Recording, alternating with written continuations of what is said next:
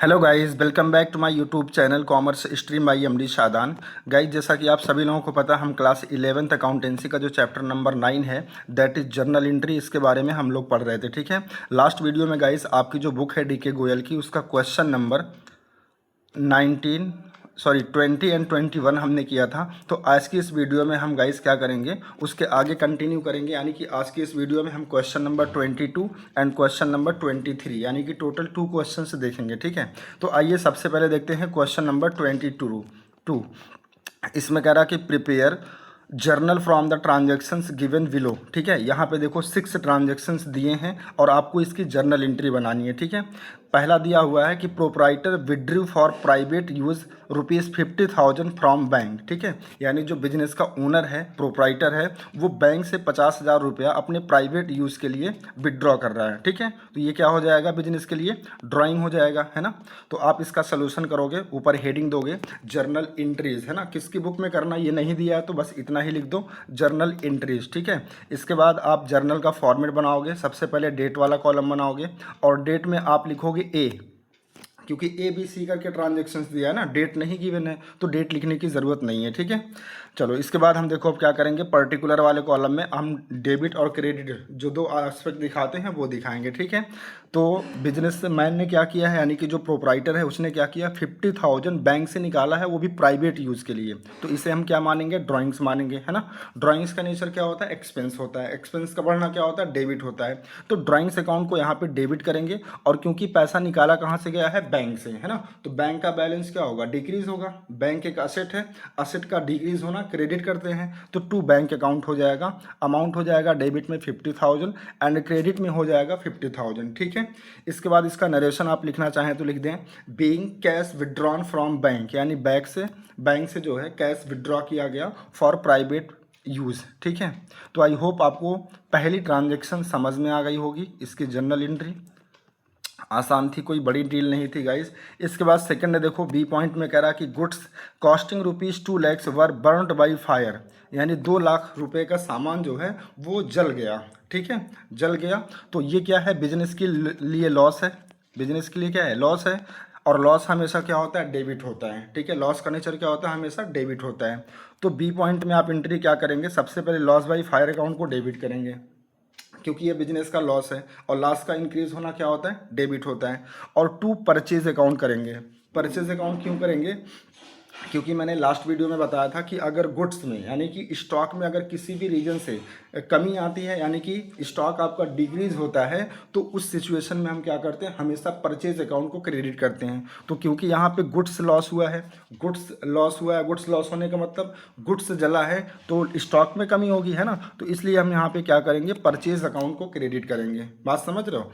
Amount दिखाएंगे 2 लाख रुपया debit में और 2 लाख रुपया क्रेडिट में, और नरेशन इसका हो जाएगा being goods destroyed by fire. ठीक है, समझ में आ गया, हाँ सर आ गया। देखो इस तरह की क्वेश्चन या इस तरह की जो जर्नल एंट्री है हम लास्ट वीडियो में ऑलरेडी बना चुके हैं, तो मुझे नहीं लगता कोई दिक्कत हो रही होगी आपको समझने में। ठीक है, चलो इसके बाद नेक्स्ट है सी पॉइंट में कह रहा कि purchased machinery for cash ₹1,50,000 and paid ₹2,000 on it's installation. ठीक है, यानी 1,50,000 की न्यू मशीन परचेज की जा रही है और उसके इंस्टॉलेशन पे 2,000 का खर्चा किया जा रहा है। तो मैंने बताया था कि अगर हम कोई नई मशीन परचेज करते हैं और उस पर इंस्टॉलेशन का या फिर उसको रनिंग कंडीशन में लाने के लिए जितने भी खर्चे किए जाएँ, चाहे वेजेस हो, इंस्टॉलेशन का खर्चा हो, ठीक है, कैरीज हो या अदर कोई भी एक्सपेंस हो, अगर किसी भी नई एसेट्स को वर्किंग कंडीशन में लाने के लिए जितने भी खर्चे किए जाते हैं सब वो किसके पार्ट होते हैं, वो उस पर्टिकुलर असेट्स के ही पार्ट होते हैं। यानी जो भी असेट्स हम परचेज करते हैं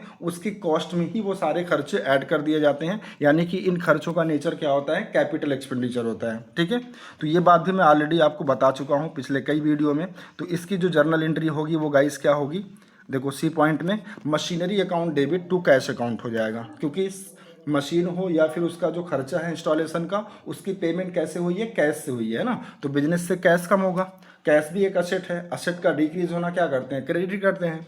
तो एंट्री हो जाएगी machine account debit to cash account और अमाउंट हो जाएगा 1,50,000 2000। ठीक है, देखो कैसे, 1,50,000 की मशीन है, 2,000 रुपये का इंस्टॉलेशन का खर्चा, तो जो 2,000 का इंस्टॉलेशन पे खर्चा आया है उसको भी हम मशीन की कॉस्ट में ऐड कर देंगे। ये बात आपको ऑलरेडी पता है। ठीक है, और क्रेडिट में भी 1,52,000 हो जाएगा, और इसका नरेशन हो जाएगा बीइंग मशीनरी परचेज्ड। ठीक है, एंड इंस्टॉलेशन पेड, अगर आप पूरा नरेशन लिखना चाहो, बट इतना भी अगर आप नरेशन में लिख देंगे तो कोई दिक्कत नहीं है। ठीक है, चलो आई होप आपको ये भी एंट्री समझ में आ गई होगी।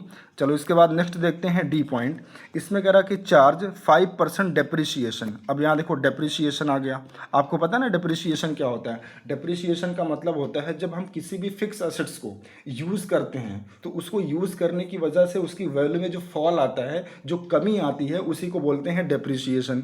तो वही यहाँ पे कह रहा कि जो बिल्डिंग है ना, उस पर 5% का डेप्रिसिएशन लगाना है। बिल्डिंग क्या है? एक फिक्स असेट्स है। तो अगर हम बिल्डिंग का इस्तेमाल करते रहेंगे, ठीक है, तो बिल्डिंग की वैल्यू क्या होगी? डिक्रीज होगी। और ये जो डिक्रीज होता है अमाउंट, ठीक है, बिल्डिंग में, इसको हम अकाउंटिंग की लैंग्वेज में क्या कहते हैं? डेप्रिसिएशन कहते हैं। इसी तरीके से आगे कह रहा कि कॉस्टिंग रुपीज़ 2 lakhs, अच्छा ये बिल्डिंग की ही कॉस्ट है, एंड 8% डेप्रिसिएशन ऑन फर्नीचर। ठीक है, अब देखो बिजनेस में जो फर्नीचर होता है उसका भी हम लगातार जब इस्तेमाल करते हैं, यूज़ करते हैं, तो उसकी वैल्यू में क्या आती है? कमी आती है, फॉल होता है। तो that fall is known as depreciation. ठीक है, इन अकाउंटिंग लैंग्वेज। तो देखो 5% का डेप्रिसिएशन लगाना है बिल्डिंग की वैल्यू पर। बिल्डिंग की वैल्यू कितना है? 2 lakhs। तो 5 लाख का 2% कितना हो जाएगा? 10,000 हो जाएगा। और 8% लगाना है 5,000 का। ठीक है, फर्नीचर की वैल्यू पर। तो 5,000 का 8% होता है 400, यानी टोटल डेप्रिसिएशन जो होगा वो 10,400 होगा। तो इसकी एंट्री क्या होगी? ठीक है, देखो अगर हम डेप्रिसिएशन के नेचर की बात करें तो हमने बताया था डेप्रिसिएशन का जो नेचर होता है वो एक्सपेंस होता है ना, और एक्सपेंस का बढ़ना क्या होता है? डेबिट होता है। तो यहाँ पे हम डेप्रिसिएशन अकाउंट को डेबिट कर देंगे। और किस पे लगा? एक तो मशीन पे लगा है, तो मशीन की वैल्यू फॉल हुई है, और एक फर्नीचर पे लगाना है तो इसकी भी वैल्यू में फॉल आएगा, है ना। और ये दोनों असेट्स हैं, मशीन या फिर फर्नीचर, ये दोनों क्या है? असेट्स है। और अगर असेट्स की वैल्यू फॉल होती है यानी कि डिक्रीज होती है तो उसे हम क्या करते हैं? क्रेडिट करते हैं। तो इसीलिए मशीन अकाउंट और फर्नीचर अकाउंट दोनों को यहाँ पे क्या किया गया? क्रेडिट किया गया। मशीन की वैल्यू में कितना फॉल आया है? 10,000 का, है ना। 2 लाख का 5% निकालेंगे 10,000 आएगा। और फर्नीचर की वैल्यू में कितना फॉल आया है? 400 का, है ना। अब इन दोनों को जोड़ लीजिए तो 10,000 प्लस 400 कितना हो जाएगा? 10,400 टोटल डेप्रिसिएशन होगा। ठीक है, जो कि आप डेप्रिसिएशन अकाउंट के सामने दिखाएंगे। समझ में आ गया? हाँ सर समझ में आ गया। इस तरह की एंट्री तो हमने ऑलरेडी कर रखी है, बिल्कुल मैंने करा रखा है गाइज। चलो इसके बाद नेक्स्ट देखते हैं ई पॉइंट। कह रहा प्रीपेड सैलरी ₹10,000। प्रीपेड का मतलब होता है जिस एक्सपेंस का पेमेंट हम पहले से कर देते हैं, ठीक, या फिर ऐसे कहें कि जिसका पेमेंट अगले साल करना था उसका पेमेंट हम इसी साल यानी कि करंट ईयर में ही कर देते हैं। तो एक तरीके से ये क्या है? हमारे लिए असेट होता है। याद रखना प्रीपेड एक्सपेंस का जो नेचर होता है वो हमेशा असेट्स होता है। सर असेट्स क्यों होता है? क्योंकि अगर हम किसी भी एक्सपेंस का पेमेंट पहले से कर देते हैं, ऑलरेडी एडवांस में कर देते हैं, तो उसका बेनिफिट हमें फ्यूचर में मिलता है ना भाई। अगर हमने मान लो सैलरी का पेमेंट एडवांस में कर दिया तो इसका मतलब हमें हमारा जो एम्प्लॉई है उससे हम फ्यूचर में बेनिफिट लेंगे। ठीक है, वेजेस का पेमेंट हमने एडवांस में कर दिया तो हमारा जो वर्कर है उससे बेनिफिट लेंगे। तो किसी भी वैल्यू का बेनिफिट अगर हमें फ्यूचर में मिलता है तो उसे हम क्या बोलते हैं? असेट बोलते हैं। तो इसीलिए जितने भी प्रीपेड एक्सपेंस होते हैं वो सभी क्या होते हैं? असेट्स होते हैं। और असेट्स का इंक्रीज होना क्या करते हैं? डेबिट करते हैं। तो यहाँ पे किसका एडवांस पे किया गया है? सैलरी का। तो प्रीपेड सैलरी यहाँ पे क्या हो जाएगा? असेट हो जाएगा, है ना। तो एंट्री करेंगे प्रीपेड सैलरी अकाउंट डेबिट। और किसका पेमेंट किया गया है? सैलरी का। अब देखो सैलरी क्या होता है? एक्सपेंस होता है। लेकिन ये जो सैलरी का पेमेंट किया गया, क्या वो इस साल का एक्सपेंस है? नहीं, वो तो नेक्स्ट ईयर का एक्सपेंस है ना। तो हमें क्या करना होगा? सैलरी नाम का जो एक्सपेंस इस साल था ही नहीं, उसे हमने पे कर दिया, तो उसे क्या करना होगा? डिक्रीज करना होगा। एक्सपेंस को क्या करना होगा? डिक्रीज करना होगा। और एक्सपेंस का डिक्रीज होना क्या करते हैं? क्रेडिट करते हैं। तो इसीलिए यहाँ पे सैलरी अकाउंट को क्रेडिट करेंगे। फिर से समझो, प्रीपेड सैलरी या प्रीपेड एक्सपेंस, कोई भी प्रीपेड एक्सपेंस हो गया, उन सभी का नेचर क्या होता है? असेट्स होता है। क्यों होता है? क्योंकि हम किसी भी एक्सपेंस का खर्चा अगर ऑलरेडी इन एडवांस में कर देते हैं तो उसका बेनिफिट हमें फ्यूचर में मिलता है, और किसी भी वैल्यू का बेनिफिट अगर फ्यूचर में मिलता है तो उसे क्या बोलते हैं? असेट बोलते हैं। तो यहाँ क्योंकि असेट क्रिएट हो रहा है इसलिए प्रीपेड सैलरी अकाउंट को डेबिट करेंगे, और सैलरी जो इस साल का खर्चा था ही नहीं उसे हम क्या करेंगे? कम कर देंगे। ठीक है, तो कम करने के लिए क्या करेंगे भाई? एक्सपेंस का कम होना, डिक्रीज होना क्या करते हैं? डेबिट करते हैं, सॉरी क्रेडिट करते हैं। तो इसलिए यहाँ पे हम सैलरी अकाउंट को क्रेडिट कर देंगे। ठीक है, अमाउंट दिखाएंगे कितना? 10,000 डेबिट में एंड 10,000 क्रेडिट में। यहाँ पे देखो, ठीक है, समझ में आ गया? हाँ सर आ गया। चलो इसके बाद इस क्वेश्चन की लास्ट एंट्री देखते हैं। एफ कह रहा कपिल हु ओड अस ₹30,000, यानी कपिल एक डेटर है जिनसे 30,000 रुपया लेना था, बिकम इंसॉल्वेंट, वो इंसॉल्वेंट हो गया, बैंकरप्ट हो गया, and nothing is received from his state, और उसकी प्रॉपर्टी से हमें कोई भी पैसा नहीं मिला। इसका मतलब ये पूरा का पूरा 30,000 रुपया क्या हो रहा है? बैड डेट्स हो जा रहा है। ठीक है, तो इसकी एंट्री क्या करेंगे? बैड डेट्स यानी कि बिजनेस का लॉस है, लॉस हमेशा क्या होता है? डेबिट होता है। तो बैड डेट्स अकाउंट डेबिट, और जो कपिल अभी तक हमारे लिए डेटर था अब उसको हम हटा देंगे बुक्स ऑफ अकाउंट से। तो डेटर का कम होना क्या होता है? डेटर एक असेट है, असेट का डिक्रीज होना क्या करते हैं गाइस? क्रेडिट करते हैं। तो यहाँ पे कपिल के अकाउंट को क्रेडिट कर देंगे। अमाउंट दिखाएंगे 30,000 डेबिट में और 30,000 क्रेडिट में। ठीक है, समझ में आ गया? नरेशन हो जाएगा being amount bad debts from Kapil, यानी कपिल से जो 30,000 लेना था वो बैड डेट्स हो गया। ठीक है, कंप्लीटली। चलो इसके बाद आप क्या करोगे? डेबिट और क्रेडिट साइड का टोटल कर लोगे और यहाँ पे पर्टिकुलर वाले कॉलम में लिखोगे टोटल ऑफ जर्नल। तो इसका आप टोटल करके देख लेना, 4,52,400 आएगा। डेबिट में भी और क्रेडिट में भी सेम आएगा। ठीक है, आइए एक बार चेक करते हैं क्या बुक में भी यही आंसर आया है। तो हाँ देखो, टोटल यहाँ पे बुक में जो दिया है वो दिया 4,52,400। इसका मतलब बुक वाले ने भी सही कर रखा है। ठीक है, तो ये क्वेश्चन आपको गाइस समझ में आ गया होगा। आइए इसके बाद आज का नेक्स्ट क्वेश्चन और लास्ट क्वेश्चन देखते हैं इस वीडियो में। Question number 23। ठीक है, इसमें देखो कह रहा है कि journalise the following transactions in the journal of Naveen Gupta and sons. अब ये जो नवीन गुप्ता एंड सन्स है ना, ये बिजनेस का नेम है। चलो अब इसमें देखो टोटल इसमें भी 6 ट्रांजेक्शन्स दे रखी है। पहली ट्रांजेक्शन है कह रहा कि out of insurance premium paid this year 15,000 is related to next year. ठीक है, यानी जो 15,000 का इंश्योरेंस प्रीमियम चुकाना है वो इस साल का नहीं है, वो अगले साल से रिलेटेड है जो इसी साल चुका दिया गया। बात को समझो, इंश्योरेंस प्रीमियम चुकाना होता है। अगर कोई भी बिजनेस इंश्योरेंस लेता है तो उसका प्रीमियम देना होता है। तो ये जो 15,000 का पेमेंट इस साल किया गया, कह रहा कि ये नेक्स्ट ईयर से रिलेटेड है। ठीक है, तो इसका मतलब क्या हो गया? ये प्रीपेड हो गया है ना, जैसे अभी प्रीपेड सैलरी आया था। तो चलो इसकी एंट्री क्या होगी?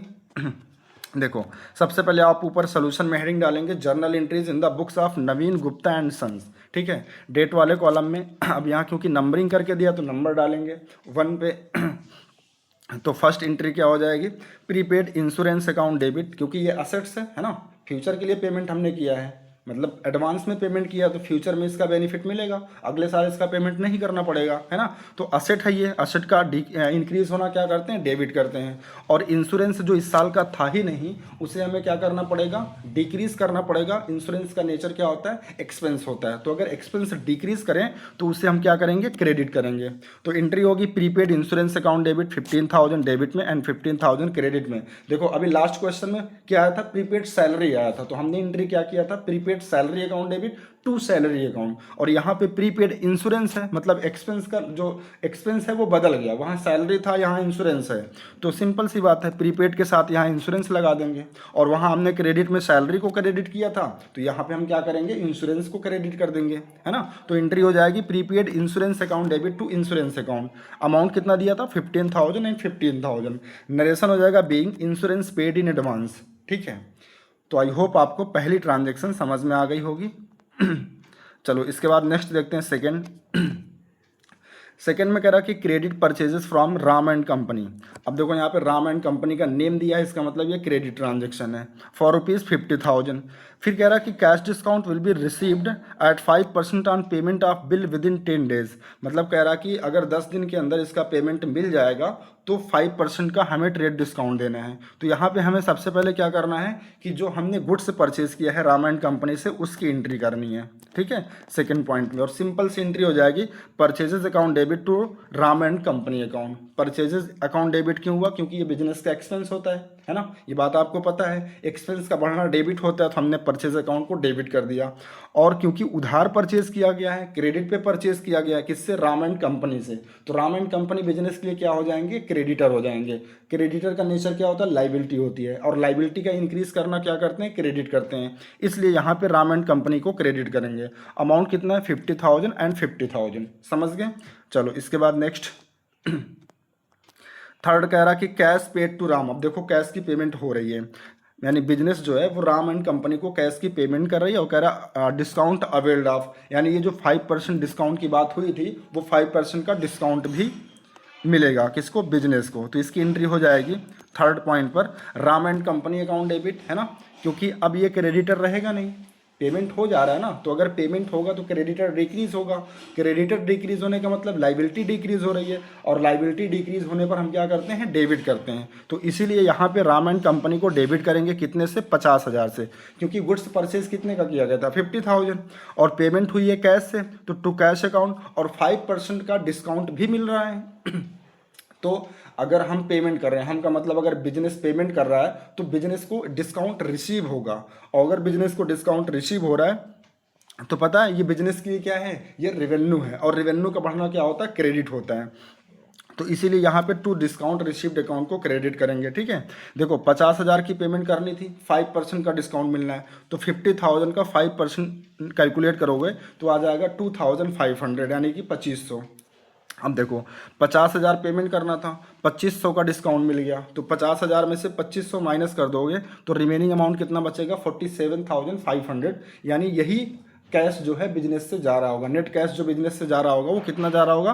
47,500। इसलिए कैश के सामने 47,500 यहाँ पे लिखा गया। ठीक है, समझ में आ गया? नरेशन इसका लिख देंगे being payment made on 5% cash discount, यानी पेमेंट जो है वो 5% कैश डिस्काउंट पर हुई है। ठीक है, तो आई होप आपको थर्ड एंट्री भी समझ में आ गई होगी। देखो कोई बड़ी डील नहीं है गाइस, अब वही चीज़ें रिपीट हो रही हैं।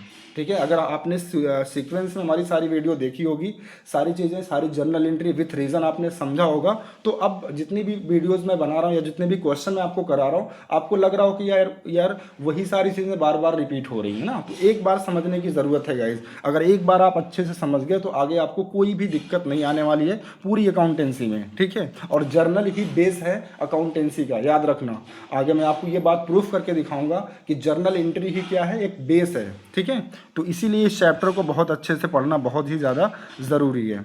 चलो इसके बाद फोर्थ पॉइंट में कह रहा कि paid income tax 20,000 by cheque. देखो मैं बहुत बार आपको बता चुका हूँ कि जो इनकम टैक्स होता है वो बिजनेसमैन की इनकम पर लगता है। किसकी इनकम पर लगता है? बिजनेसमैन की इनकम पर। तो बिजनेसमैन की इनकम पर जो टैक्स लगता है उसको बोलते हैं इनकम टैक्स, और वो पे करने की जिम्मेदारी बिजनेसमैन की खुद की होती है, और वो उसका पर्सनल एक्सपेंडिचर होता है। लेकिन इसका पेमेंट बिजनेस से किया गया, और वो भी चेक से किया गया, है ना, तो ये क्या हो जाएगा? बिजनेस के लिए ड्राइंग हो जाएगा।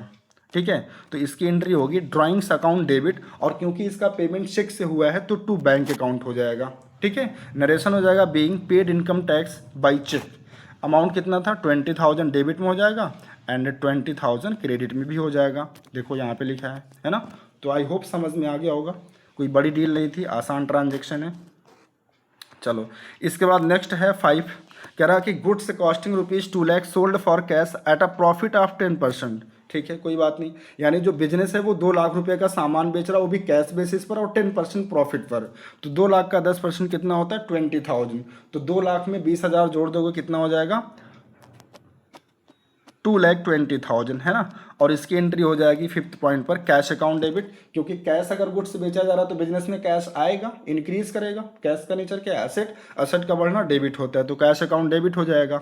और सेल किया गया तो सेल क्या होता है? बिजनेस का रेवेन्यू होता है, रेवेन्यू का इंक्रीज करना क्रेडिट करते हैं, तो सेल्स अकाउंट क्रेडिट हो जाएगा। ठीक है, अमाउंट कितना हो जाएगा? 2,20,000, क्योंकि लिस्ट प्राइस 2 लाख था, 10% प्रॉफिट पे बेचा गया, है ना, तो 2 लाख का 10% कितना होता है? 20,000, तो 2,20,000 टोटल अमाउंट हो जाएगा। ठीक है, नरेशन हो जाएगा being goods sold for cash at 10% profit. ठीक है, तो ये भी आसान था, कोई बड़ी डील नहीं थी। चलो इसके बाद लास्ट एंट्री आज की वीडियो की,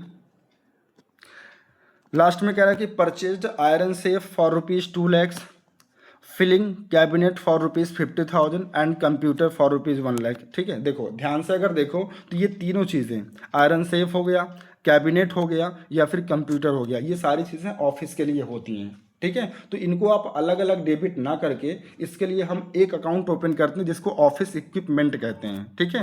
तो इसकी सिंपल सी एंट्री हो जाएगी 6 पॉइंट में, ऑफिस इक्विपमेंट अकाउंट डेबिट, क्योंकि ये सारे एक्सपेंस हैं, है ना। एक्सपेंस का इंक्रीज करना डेबिट होता है, और पेमेंट किससे हुई है, कैश से, तो टू कैश अकाउंट, क्योंकि कैश डिक्रीज होगा, है ना, तो टू कैश अकाउंट। नरेशन हो जाएगा बीइंग परचेज्ड ऑफिस इक्विपमेंट। तो जो तीनों चीज़ें परचेज की गई हैं, अगर उन तीनों का आप सम करोगे तो उस तीनों का सम आएगा 3,50,000, ठीक है, 3,50,000।